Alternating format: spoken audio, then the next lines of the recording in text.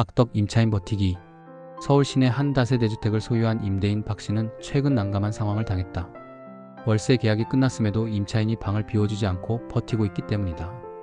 계약서상 이사 기일이 훌쩍 지났음에도 이 임차인은 이사갈 집을 구하지 못했다며 시간을 끄는 중에 있었다.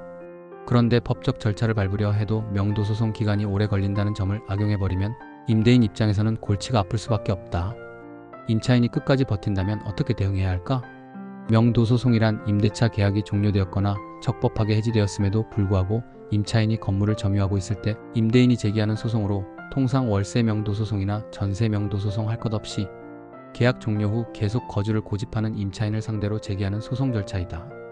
명도소송 기간은 상당히 길어질 수 있다. 통상 1심 판결이 나오기까지 최소 3개월에서 6개월이 걸리고 상대방이 항소한다면 그보다 더 오래 소요될 수도 있다. 그러다 보니 악덕 임차인이 이를 알고 일부러 버티기를 시도하기도 한다. 실제로 법적 분쟁을 경험한 임대인 중에는 임차인이 보증금 반환을 이유로 퇴거를 미루거나 다른 거처를 구하지 못했다며 계속 거주를 고집하는 경우를 어렵지 않게 찾아볼 수 있다. 몇몇 임차인은 소송까지는 시간이 걸릴 테니 법원 판단이 나올 때까지 눌러 살겠다는 식으로 임대인을 곤혹스럽게 만든다. 이런 상황에서 임대인은 더는 집을 활용하지 못하고 다른 사람에게 임대하거나 매각하는 계획에도 차질이 발생된다. 임차인의 버티기가 장기전으로 흐르면 명도소송 비용 또한 만만치 않게 늘어날 수 있다. 추후 강제 집행 절차에서 발생하는 비용까지 고려해야 하기 때문이다.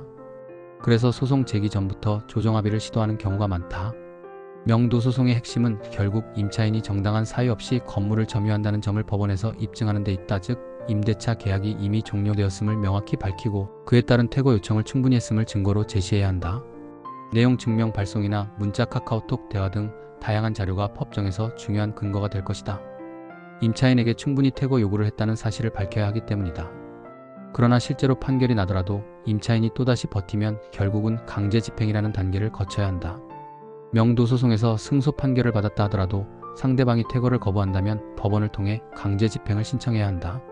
집행관이 현장에 나가서 짐을 옮기고 임차인을 내보내는 절차이다. 이런 과정에서 비용과 시간이 더 들어갈 수밖에 없다. 그렇다면 이런 장기전을 피하려면 어떻게 해야 할까? 무엇보다 임대차 관계가 시작될 때부터 주의가 필요하다. 계약서를 꼼꼼히 작성하고 계약 만료 시점이나 해지 요건을 명확히 해둬야 한다. 또한 임차인이 이사 자금을 마련하지 못했다고 하소연할 경우 일정 부분의 보증금을 먼저 반환하고 협의하는 방안도 고려해 볼 수 있다. 물론 임대인이 먼저 돈을 내주기가 쉽진 않으나 소송으로 가서 시간이 길어지고 월세 명도소송이 지속되면 임대인도 손해가 더 커지기 때문이다. 따라서 합의 가능한 지점이 있다면 빨리 협상해 보는 것이 유리할 수 있다. 결국 명도소송이라는 법적 대응은 최후의 수단에 가깝다. 명도소송 절차는 단계가 복잡하고 명도소송 기간 역시 예측보다 길어질 수 있기 때문이다. 초기의 내용 증명 발송 등으로 퇴거 의사를 명확히 전달하고 이행 여력이 있다면 임차인과 어느 정도 조정해 보는 편이 좋다. 그래도 안 된다면 그때는 곧바로 소송 절차에 돌입해야 한다. 임대차 분쟁은 누구에게나 스트레스이다.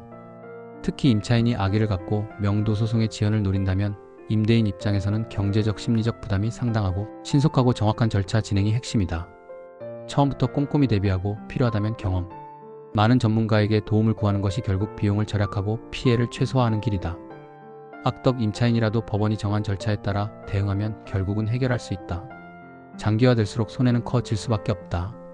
애초부터 설마 이렇게까지 하겠어라며 방심했다가는 임차인의 버티기에 속수무책이 될 수 있다. 명도소송 비용, 시간, 그리고 임대인의 정신건강까지 모두를 소모할 수 있는 난제인 만큼 시작부터 주도권을 지키는 것이 무엇보다 중요하다는 게 경험자들의 한결같은 목소리다.